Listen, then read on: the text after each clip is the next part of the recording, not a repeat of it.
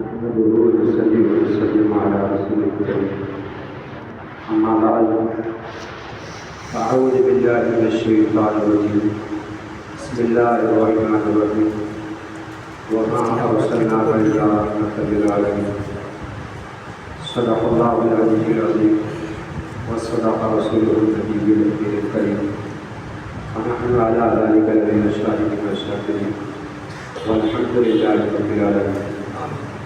کرم تیرے نام کے جزیرہ مدرسے کے جہاں تو دو جہاں دیا دو جہاں سے دیجی نہیں کرا کرم کیا کرو جہاں عزیزہ ملت اسلامیہ آج میری تقریر کا موضوع شان مصطفیٰ ہے رسول اور آل رسول کی بارگاہ میں درود و سلام کی دعوت سابق کریں اللهم صل على سيدنا مولانا محمد وبارك وسلم صلاة وسلام عليك يا رسول الله صلى الله عليه وسلم وعلى عليه وسلم يا رسول الله صلى الله عليه وسلم. دیکھیے آج درود شریف کے لیے کہا جاتا ہے لیکن کچھ لوگ پڑھتے ہیں اور کچھ نہیں پڑھتے نظر انداز کر دیتے ہیں لیکن صاحب ہم سمجھتے نہیں کہ وظیفہ کیا ہے اور میں سرکار کی حدیث شریف بتاتا ہوں آقا فرماتے ہیں کہ عرش کے نیچے ایک فرشتہ ہے جن کے کانوں سے سننا بات درود شریف کی آ گئی لیکن مجھے باتوں کو غور کرنی ہے عرش کے نیچے ایک فرشتہ ہے اس کا سر عرش سے لگا ہوا ہے اس کے پیر تحت الثری میں ہے اس کا ایک بازو مشرق کی طرف ہے اور دوسرا بازو مغرب کی طرف ہے جب کوئی بندہ ہوگی آقا فرماتے ہیں کوئی اور نہیں سرکار فرماتے ہیں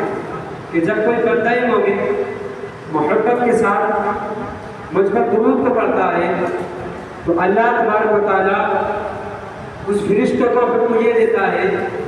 کہ وہ نور کے دریا میں گوتا لگائے اب وہ نور کا فرشتہ نور کے دریا میں گوتا لگاتا ہے اب سوچو یار کون اندازہ لگا سکتا ہے اس بات کا کہ اس فرشتے کے پروں سے کتنے قطرے جھڑتے ہوں گے اور وہ تو ایک فرشتہ ہے اگر ایک پرندہ دریا میں گوتا لگائے اور باہر آئے اور اپنے پروں کو جھاڑے تو اس کے قطرے گرے نہیں جا سکتے اور چھوڑو اس پرندے کی بات انسان خود غسل کرے اور اپنے بالوں کو جھاڑے تو ہم گن نہیں سکتے کتنے قطرے جھڑیں گے لیکن وہ جو ایک فرشتہ ہے اس کا سر عرش سے لگا ہوا ہے پیر تحت الثری میں ہے اس کا ایک بازو مشرق کی طرف ہے اور دوسرا مغرب کی طرف ہے آقا فرماتے ہیں کہ جب وہ فرشتہ گوتا لگاتا ہے اور باہر نکل کر آتا ہے اس نور کے دریا سے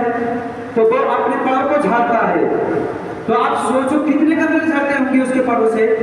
آقا فرماتے ہیں جتنے بھی ہزاروں لاکھوں کروڑوں قطرے جھڑتے ہیں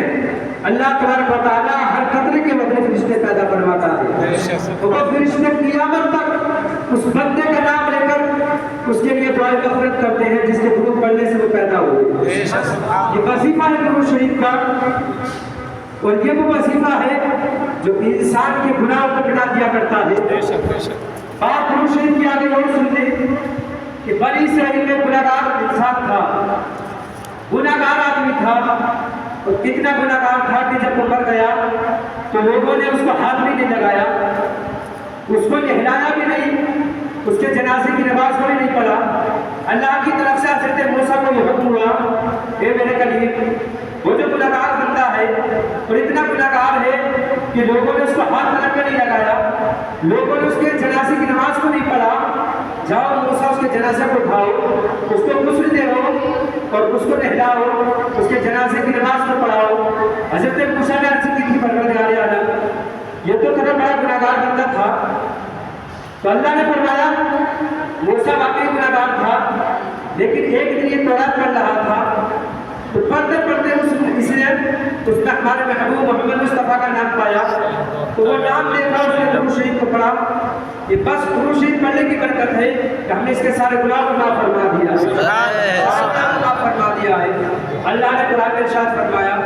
وما ارسلناک الا رحمۃ للعالمین، ہم نے آپ کو سارے جہان کے واسطے رحمت بنا کے بھیجا ہے، سارے جہان کے واسطے رحمت بنا کے بھیجا ہے۔ اور جانتے ہیں کہ جب سرکار دنیا میں تشریف نہیں لائے تھے تو دنیا کا ماحول کیا تھا؟ کیا ماحول تھا کہ باپ اپنے ہاتھوں سے اپنی بیٹی کو نیند کی حوصلہ دیتا تھا،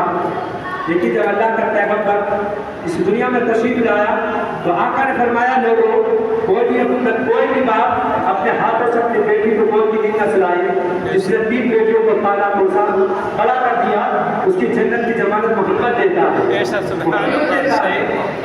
اور باپ کے ساتھ سلوک کیا جاتا تھا کہ ماں باپ اولاد کی غلامی کرتے تھے، لیکن جب سرکار تشریف لائے تو میرے آقا نے وہ پیار اپنی ماں سے کیا کہ آقا کریم ایک مرتبہ کھانے کاغذ اور ٹیک لگا کر بیٹھے تھے، سرکار کی آنکھ میں آنسو، صحابہ نے عرض کی سرکار آپ کی آنکھ میں آنسو؟ آقا جی اگر کسی نے کوئی جملہ کہہ دیا ہو تو آپ حکم دیجئے اس کو قتل کر دیا جائے، سرکار بتا دیجئے آپ کو کسی نے کوئی بات کہہ دی ہو۔ آقا نے فرمایا صحابہ مجھے کسی نے کوئی بات نہیں کہی۔ آقا جی پھر آپ آنسو کس لیے آئے؟ میرے نبی نے فرمایا صحابہ آج میری ماں کی یاد آئی ہے، آج میری ماں کی یاد آئی ہے۔ یہ پیار سرکار نے ماں سے کیا۔ اور جب آقا کریم اس دنیا میں تشریف لے لائے تھے تو انسان اتنا گرا ہوا تھا کہ اس نے چاند کو دیکھا، چاند کے آگے گر گیا، سورج کو دیکھا، سورج کے آگے گر گیا۔ جب میرے آقا کریم دنیا میں تشریف لائے اور سرکار نے جب چاند کو لوگوں کو اپنا خدا مان کر دیکھا تو آقا نے چاند کے 2 ٹکڑے کیے اور لوگوں سے بتایا کہ یہ خدا نہیں ہو سکتا۔ کہ جب میرے آقا کریم دنیا میں تشریف لائے اور سورج کو اپنا خدا مانتے دیکھا لوگوں کو تو آقا نے ڈوبے ہوئے سورج کو واپس بتایا اور لوگوں سے فرمایا کہ یہ خدا نہیں ہو سکتا، یہ میرے سرکار کا احسان ہے۔ آقا کریم ہر انسان کے لیے، جنوں کے لیے، انسانوں کے لیے رحمت بن کے آئے ہیں۔ قرآن نے فرمایا محبوب سارے جہان کے واسطے آپ کو رحمت بنا کے بھیجا ہے۔ آقا کریم بوڑھوں کے واسطے رحمت بن کے آئے ہیں، بچوں کے واسطے رحمت بن کے آئے ہیں، جوانوں کے واسطے رحمت بن کے آئے ہیں، یتیموں کے واسطے رحمت بن کے آئے ہیں۔ اور سرکار نے یتیموں سے کتنا پیار کیا ہے جانتے ہو صاحب، بڑا پیار کیا ہے۔ ایک مرتبہ میرے آقا کریم صحابہ کے ساتھ مسجد نبوی میں تشریف فرما تھے، ایک صحابی دوڑتے ہوئے آئے، عرض کرتے ہیں آقا جی میرے بیٹے کا پتہ نہیں ہے۔ صحابی نے اتنا سنا اللہ ہوا پر